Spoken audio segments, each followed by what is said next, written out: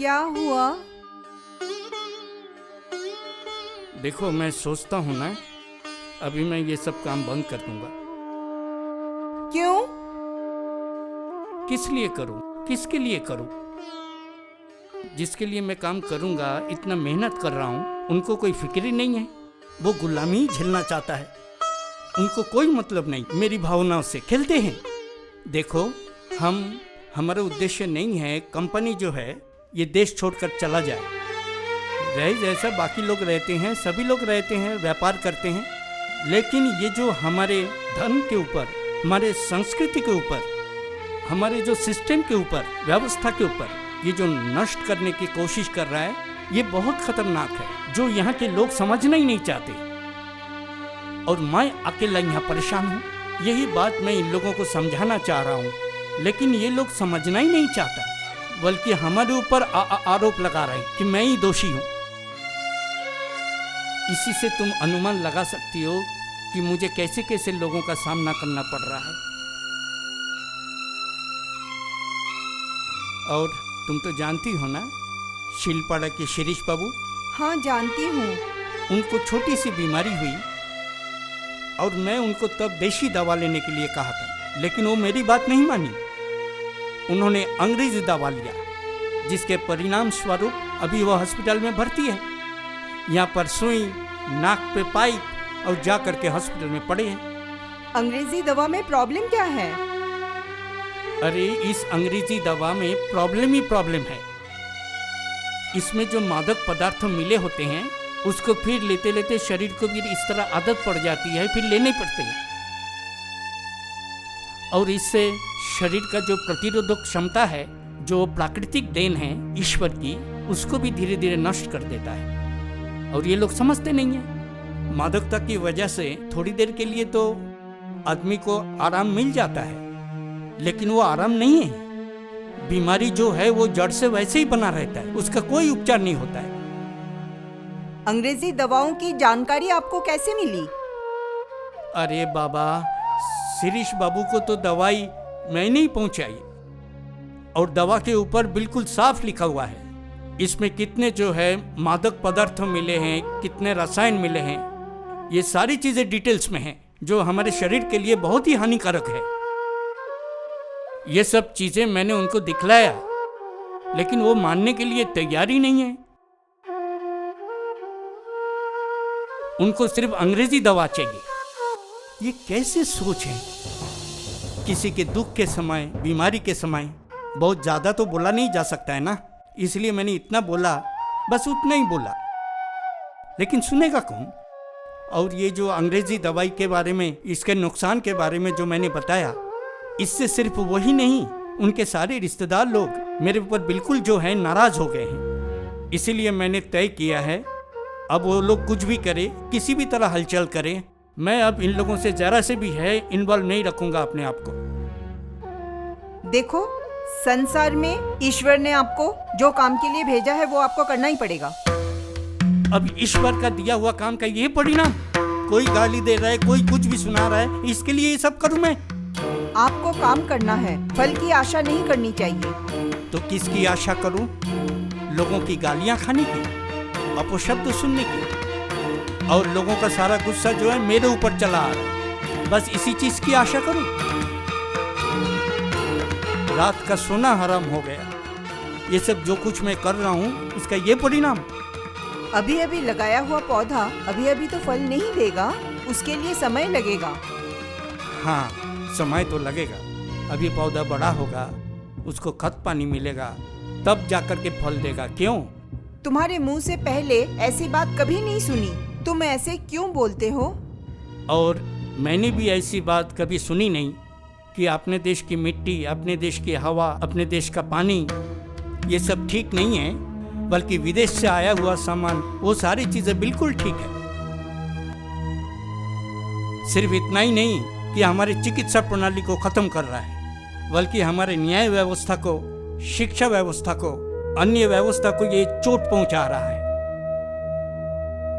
और तुम ही बताओ ना, ये स्कूल, ये कॉलेज, ये शिक्षा इधर कभी था? ये कहां से आया? ये स्कूल कॉलेज में मिलता क्या है?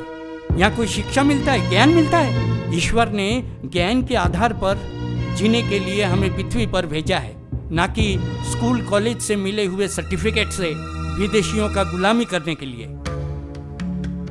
लेकिन कोई सुनने के लिए तैयार ही नहीं है, समझने के लिए भी तैयार नहीं है। पता नहीं कहां से इन लोगों के रग रग में घुसा हुआ है कि जब तक ये विदेशी लोगों का सर्टिफिकेट लेकर के शिक्षा प्राप्त नहीं कर पाएंगे तब तक ये अशिक्षित कहलाएंगे। तब ऐसे विचारधारा के लोग जब हमारे इर्द गिर्द रहेंगे तो क्या हम अंग्रेजों को भगा सकेंगे हमारे देश से? अब कानून व्यवस्था को ही देख लीजिए, कब था हमारे देश में ऐसा कानून व्यवस्था? ये काले कोट वाले कानून के दलालों का गरीबों को लूटने का ये कारोबार, इसको न्यायदान कहते हो? नहीं सुभाषिनी, मुझे तो लगता है कि जो कुछ भी हो रहा है ये पवित्र धरती ज्यादा दिन तक नहीं बर्दाश्त कर पाई। देखो, आपके कहने से, सोचने से ये संसार नहीं चलेगा। संसार चलेगा उसके नियम से, और उसके नियम से जो कुछ भी हो रहा है उसे मान ही लो ना। ठीक है, जैसे प्रभु की इच्छा।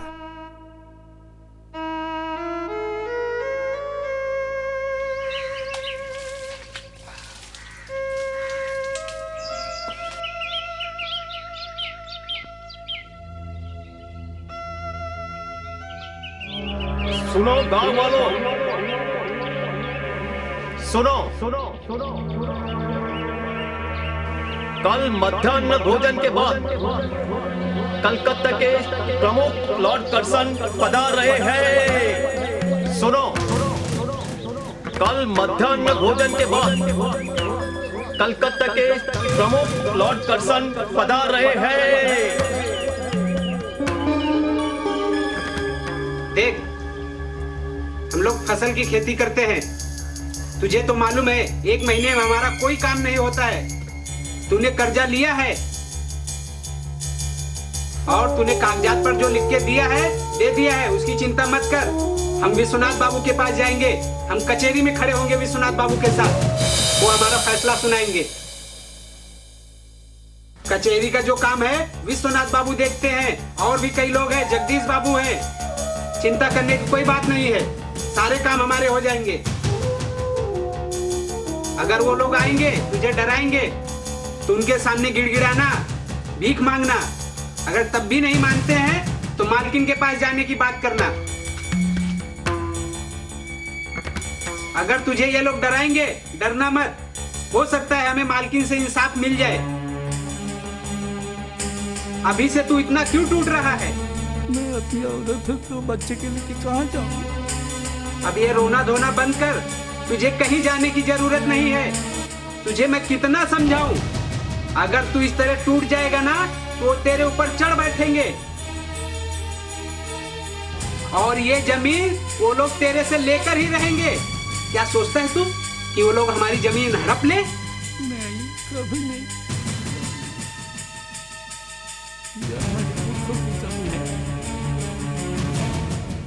मैं मर जाऊंगा लेकिन अपने पुरखों की जमीन नहीं दूंगा किसी को। मैंने अंगूठा लगा दिया, बहुत बड़ी गलती की मैंने। अभी मैं कहाँ जाऊं? मैंने सुना है अंगूठा लगाने से किसी की जमीन नहीं चली जाती है, और उनकी कंपनी का ना एक कानूनी नियम है, जब तक उस नियम को पूरा नहीं करते हैं उसके लिए वकील लगते हैं, कोर्ट में हाजिर होना पड़ता है। ये तो सब सोच, अभी भी टाइम है। अगर विश्वनाथ बाबू ना अपनी थोड़ी सी मदद कर देना तो जिंदगी भर वो हमारी जमीन जायदाद नहीं हड़प सकते हैं।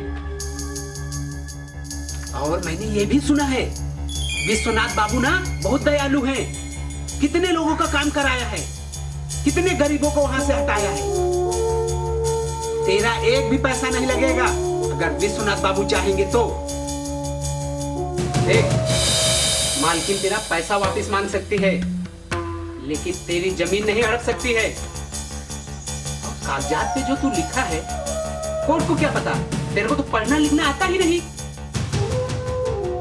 देख, एक बात और है, तुझे पढ़ना लिखना तो आता नहीं है। जब हम कोर्ट में जाएंगे ये साबित करेंगे कि तेरे को तो कुछ भी नहीं आता पढ़ना लिखना, तो कोर्ट आराम से बोलेगा, गलत साबित कर देगा, हम लोग जीत जाएंगे केस। और सुन, कोर्ट में गवाह हम रहेंगे और भी हमारे साथ 5 लोग खड़े होंगे। मित्ती परिवार के साथ कोई नहीं खड़ा होने वाला है, क्योंकि उन लोगों ने सबके साथ धोखा किया है। भैया मेरी जमीन बचा ले, मेरी बीवी बच्चे हैं, मैं कहाँ जाऊंगा? एक बात सुन, कचहरी से आदमी और उनके सिपाही लोग आते होंगे, उनको मेरे बारे में कुछ मत बताना, और जो भी है उनके सामने गिड़गिड़ा लेना। मैं जा रहा हूं अभी।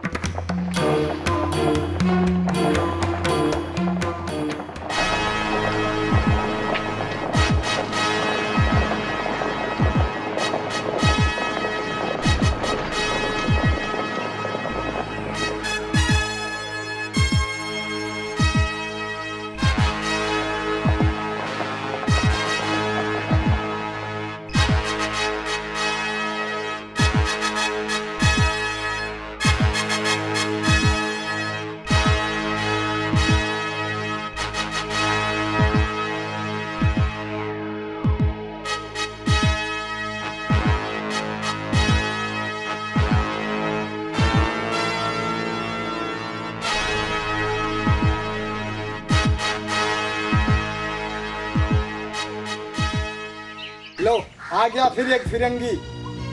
अपने देश में तो खाने को उनको कुछ मिलता नहीं है, ये हमारे देश में आके धाक जमाते हैं।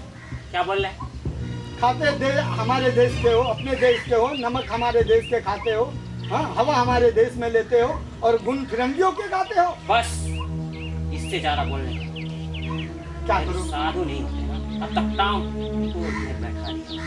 अच्छा शर्म नहीं आती तुम्हें? हाँ फिरंगियों के गुण गाते हो। चुप हो जाओ, ना तो अभी ले जाकर तुम्हें साहब के पास मौत की सजा दे। अरे ले चलो, देखता हूँ तुम्हारे साहब की कितनी ताकत है। चल, साहब ने बुलाया। चल साहब, यही आदमी है जो कंपनी के खिलाफ फिरंगी बोलता है और गालियां देता है। देखो, तुम माफी मांगता है तो हम तुमको बख्श देंगे, वरना तुम्हारा गुनाह की सजा मौत है। जाओ, इसको ले जाओ और तब तक इसको जमीन के अंदर रखो जब तक इसका जान ना निकल जाए, और जब ये डेड हो जाए तब हमको बताना। एक मिनट, हमारा कंपनी का रूल है कि हम जब किसी को सजा मौत देता है तो अपनी इच्छा पूरी करता है। तुम्हारा कोई इच्छा है? इच्छा है, पूरी करेंगे। आप हमारा मुल्क छोड़ के चले जाइए। देखो, हम इस मुल्क में ऐसा ही नहीं आया है, हम इस मुल्क का विलेजेस परचेज किया है। यू नो, यहाँ का लोग हमको बहुत आदर सम्मान देता है। ये तुम्हारा राजा महाराजा ये सब हमारा सामने झुककर सलाम करता है, और तुम हमको गाली देता है। आपका ये रूप, आपका ये रंग, आपका ये चालढाल, इसका कुछ तो असर होगा। आपका ये रूप, हमारे देश के लोग इससे प्रभावित हो गए हैं। जब इनका भ्रम टूटेगा तब जाके पता चलेगा।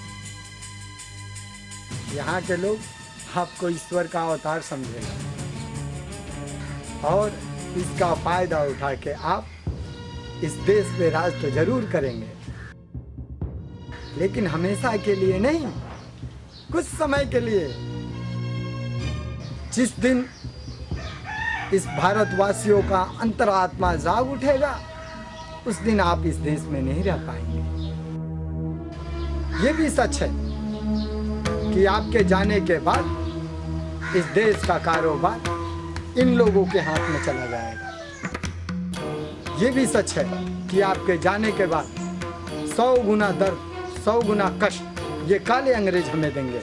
ए, तू क्या बक रहा है? हम अपना कंट्री में भी रहेगा और सारी दुनिया पर राज करेगा। तुम माफी के लायक नहीं हो, लेके जाओ इसको। ओ सिपाही, कहाँ मुझे गाड़ना है? ये चल। चल।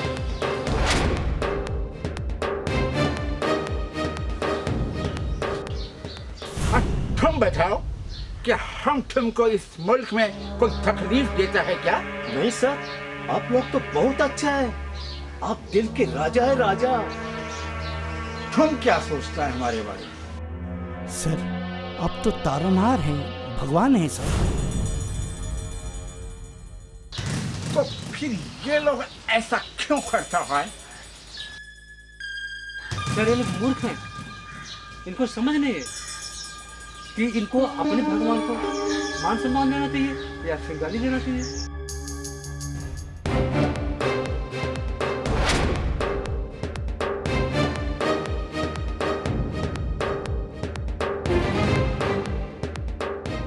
सर, आप चिंता मत कीजिए, सब ठीक करवा दूंगा। किसी को जमीन के नीचे तो किसी को ऊपर भेज देंगे। सर आप एक बार हुक्म दीजिए, सारे के सारे लोगों को आपके सामने लाता हूँ। ओके, ऐसा ही कुछ करो, क्योंकि हमको ऐसा लोग बिल्कुल पसंद नहीं आए।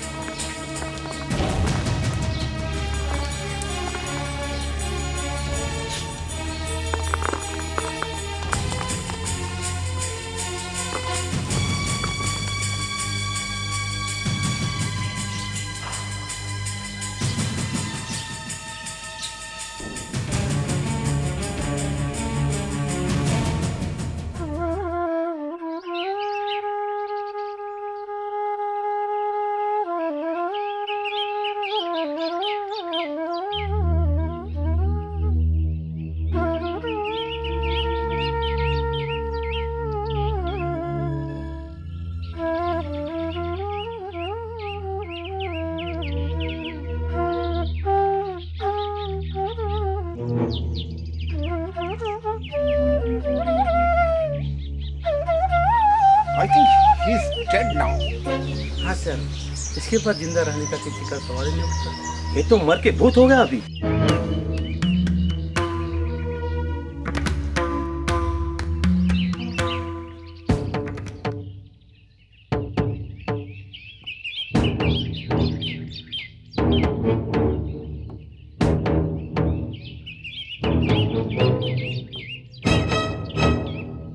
मैं तुम लोगों को एक बात बता दूं, ईस्ट इंडिया कंपनी ने फैसला लिया है कि आगे से हम कभी किसी को ऐसे नहीं गाड़ेगा, बल्कि हम उनके गले में रस्सी बांध के और उनको लटका देगा।